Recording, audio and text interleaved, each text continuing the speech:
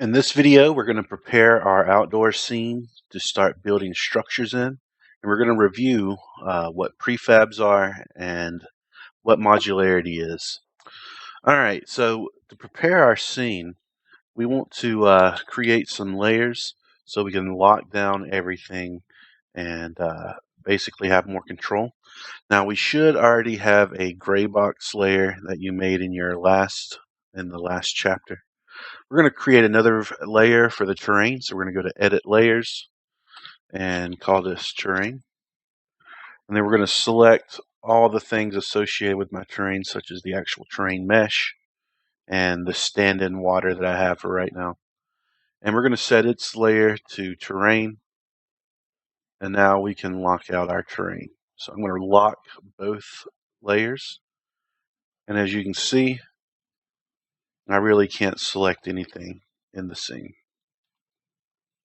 There we go. The next thing we're going to do is go to our assets window down here, and I'm going to create a new folder, and this is going to be important, and let's call this custom prefabs. My project window may look a little bit different. I went in and organized things. I put the meshes in the meshes folder, but you should be able to navigate the assets just fine. So let's talk a little bit about what prefabs actually are. We touched on them last chapter by making these prefabbed houses, but they're a little bit more full-featured than that. So I'm going to hide all those layers, and let's go to an empty template group at the center of our mesh, of our scene here, sorry. And what I'm going to do is duplicate this template group. Let's call this example PFB. So anytime I make a prefab, I always do an underscore PFB. So we can easily tell the difference between a prefab, a mesh, or anything like that. All right. And we're just going to start simple, and I'm just going to make some basic 3D objects here. And this cube, we'll go ahead and parent it under example prefab. And all we have to do to create a prefab, let's go to my custom prefabs folder, is take any object in the scene and drag it into the project window. You can see that I have example prefab right here.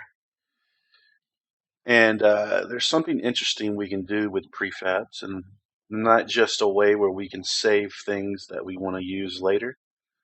So I'm going to have these cubes, and I've duplicated this prefab, example prefab, 3 times. And what we're going to do is I'm going to show you some of the prefab tools that are inside of Unity. So if we go to our inspector up here and we click and we see the little prefab right here, I'm going to click open. And what it does is it takes you into this prefab view. The rest of your scene will basically be hidden. And if you ever want to get out of prefabs, just click that back arrow right there. And now we're back in my scene. So you can see, I went ahead and made my scene visible. If I click on one of these prefabs and go to open, we go to a temporary prefab scene. So if you ever get into this scene where there's nothing in your level and everything's kind of blue, you're actually inside the prefab of whatever object that you just opened. And this is a useful screen because it allows us to edit our prefabs, and anything we do gets perpetuated across every prefab in the scene. So what I'm going to do is just create an extra cube and just put it on top there. And any change I make to the prefab in this prefab window, this prefab scene, gets duplicated across all of my cubes that I have here, all my example prefabs. So it's a very useful tool to have. If you want to edit a prefab just by going to your project window, I can go to the prefab right here, And then you can see in the inspector it has an open prefab button. And that's another way we can get to this prefab scene. So a very powerful tool that allows us to create this collection of objects, and then also if we make one change to it, every object that's still a prefab is thereby updated. And there's another way where we can update prefab. So I'm going to make another square and stack it. All right. So you'll notice that in my inspector, when I just have an object within the prefab selected, I don't have a prefab heading right here. But as soon as I select the example prefab, there we go. And you'll notice that none of my other prefabs have this extra cube on top.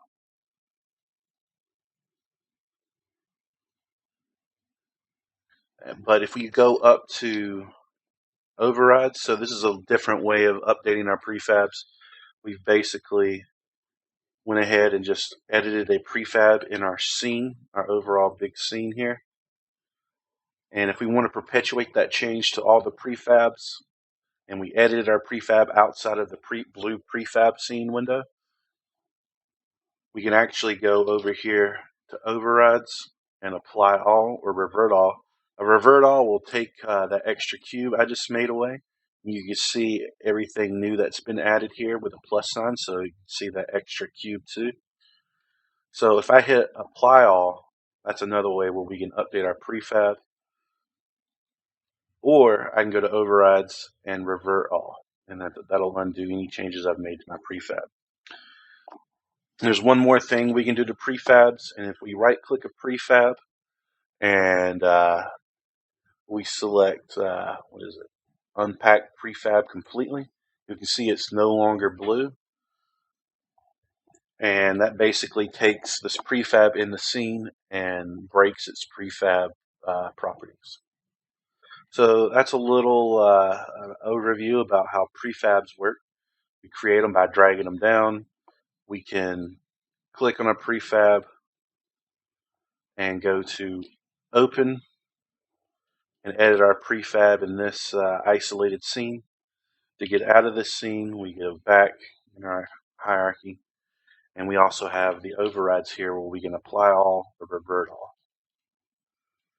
All right, so let's navigate our assets and see how we can. I'm going to go ahead and delete those example prefabs. Why don't we see how we can navigate through our project window and see how we can find these prefabs better. So over here is kind of like our outline to our project window.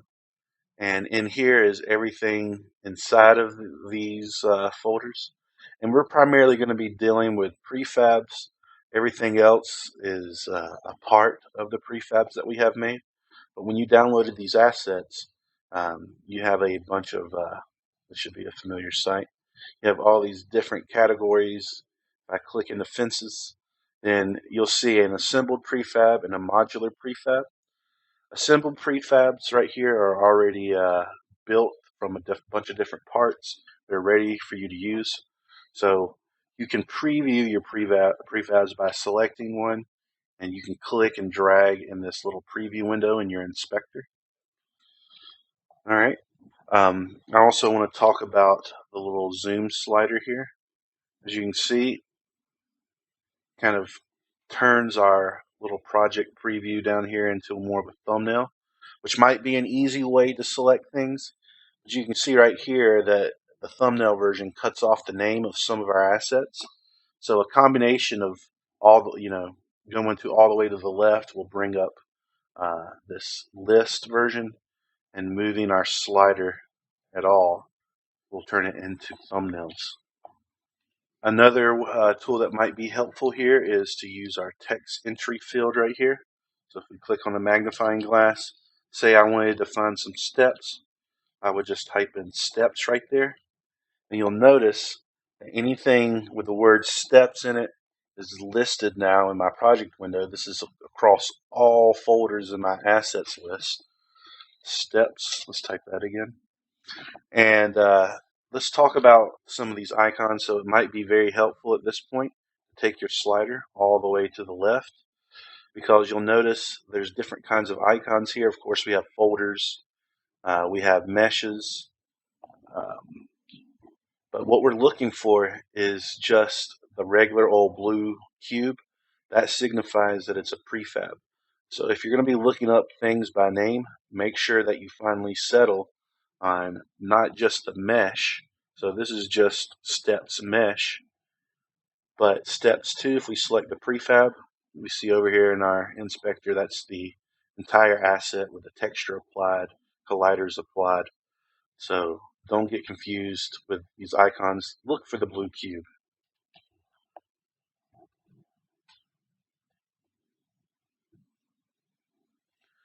So let's put this all together.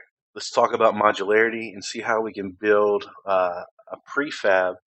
Um, so if we go, I'm going to build a prefab wall, I guess. So we'll go to walls. You can see stone walls right here, and we have some walls. Let's pick something else. Let's just use a custom fence for an example. So I've selected fence. What you'll see here is 2 folders: assembled prefabs and modular prefabs. So modular basically means that it's a single part that can be used across a bunch of different ways. It's kind of like a modular piece of Lego block that you can build other things with. So we have a lot of different options here. So what I'm going to do is build a stone wall that has metal spikes embedded in it. All right. So that's going to be our ultimate goal. But I also want to talk about how and why these parts are made. So we're going to go to Castles, Modular Prefabs, and if we select Walls, we see a bunch of parts here. And I'm going to go ahead and hide my layers. And let's go to my template group that's in the center of my screen here. And let's bring in this wall add-on. So you can notice that one side of the wall is completely visible because it's not there's a big hole in the model, basically. You might think that's not the best way to go, but basically modular pieces are meant to be assembled together. So if you were going to use this wall, then let's look at this too, then you would basically hide all the empty parts like this. So on this side, there's really nothing to see here, but on this side, it looks like it's a complete full object here. So I'm going to go to thin, and let's get some walls. You can see that some models have holes in them. Well, if I go down one, here's the model with the actual top. And the modular pieces just let you snap things together and build any kind of template that you wish to have. So we can come in and bring in this castle wall right here, and then we can kind of position it so it looks like you know, we have a more decorative outcropping of it. So keep that in mind whenever you start assembling your pieces, that some things are just going to have holes in them, and they're meant to be combined in a way that hides those holes. All right, so I'm going to go back and to my fences, and I'll show us how we can create a custom prefab. So I'm going to go back to my modular fences prefab, and I'm going to grab this stony wall right here. And when you see this LOD thing, the asset packages came with something called level of detail models. So LOD 0 means when we're really close to it, we get a model, let's do shaded on wireframe, that has a lot of detail, but as soon as we fade away, and you can see over here in our LOD group, as soon as we hit LOD 1, we get a model that has less geometry because we can't see all that detail when we come up to it. Alright, so don't be confused by the LOD. And what I'm going to do is duplicate this template group. It's just an empty game object. I'm going to call this wall, stone wall pikes, and then put the underscore PFB right beside it, right there. So this is going to be the game object that holds all the parts to my wall. I'm going to parent it by clicking and dragging on there. And you want to make all your prefabs in the center of your grid so you have more control over what's going on. Try not to make prefabs in the scene in just random places. And then I want to grab one of these fence posts, and I'm just going to kind of scale it down a little bit and just duplicate this guy right here. Duplicate 2 at a time, 4 at a time.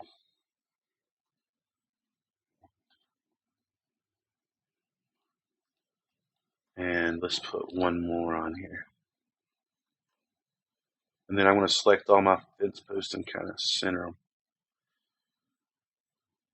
Alright, nice. And then I want to give this stone wall a base post.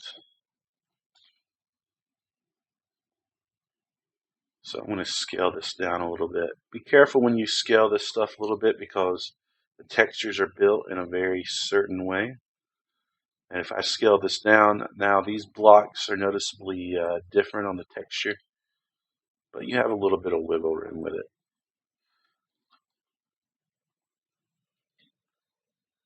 So what I want to do with these is get them snapped right to the edge. So there's a way where we can vertex snap things. All right, so follow my instructions with your hands. So hold down the V for vertex and no mouse clicks, just the V key. You can see that my move handles are kind of snapping to all the intersections of these edges right here, and we can focus on just one vertex. So I want to snap this vertex to the corner of my wall to get them completely flush. So I'm going to hover with the V key still held, hover my mouse over this vertex, left click, and then with my V and left click held down, I can now snap to any other vertex I see in the scene. So now I know that that's completely flush. I'm going to do the same thing over here. I'm going to snap this vertex in line right there. And I've basically created a new little wall right here. You can see that my outliner is a mess. I need to take all these extra parts, hide them under my Stonewall Pikes prefab group, and now I can collapse it. And then I'm going to go to my custom prefabs folder, and I want to take and drop it right there. Now I have this custom pike fence wall here that I'll probably use to guard off the cliff areas. It's got those spikes on it to really convince people, hey, don't do this. So, and then from here you can even snap prefabs together. So you can hold the V key, snap it that way. You can select multiple objects. Well, this doesn't seem to be on the same. There we go. It can be a little finicky because there's a lot of vertices in this object here. So you can even select multiple prefabs and snap them to other prefabs. So now I have a nice row of fences by snapping them together. But I've noticed that these little fence posts in this section are too close together. So I need to get in there and edit this. But I don't need to go in and edit each one of these. Let's say that you've already put these all around your level, and to go in and edit each one of them or delete them and redo it would just be too much time. So I'm going to select there's two ways we can get into the prefab edit scene. You can either select one of the prefabs in question and go up here to prefab and open. And now we just see this prefab. If you want to get out of this scene, just go to your hierarchy and click the back arrow. Or we can actually go down in my project window, select the prefab that I want to edit, And now you see in the inspector, there's an open prefab button. And here, I'm just going to space this out a little bit more so that they look a little bit more uniform. All right. And any change you make in this prefab window right here is automatically applied to the prefab. And now when I back out, all of my prefabs are updated, and you can see that every one of these pipes is nicely spaced out. All right, that wraps it up for this video. We learned a lot about prefabs. We learned how to navigate our assets, and we learned how modular pieces can be snapped and made together and turned into their own custom prefab. In the next video, we're going to see how we can make a house in this exact same way.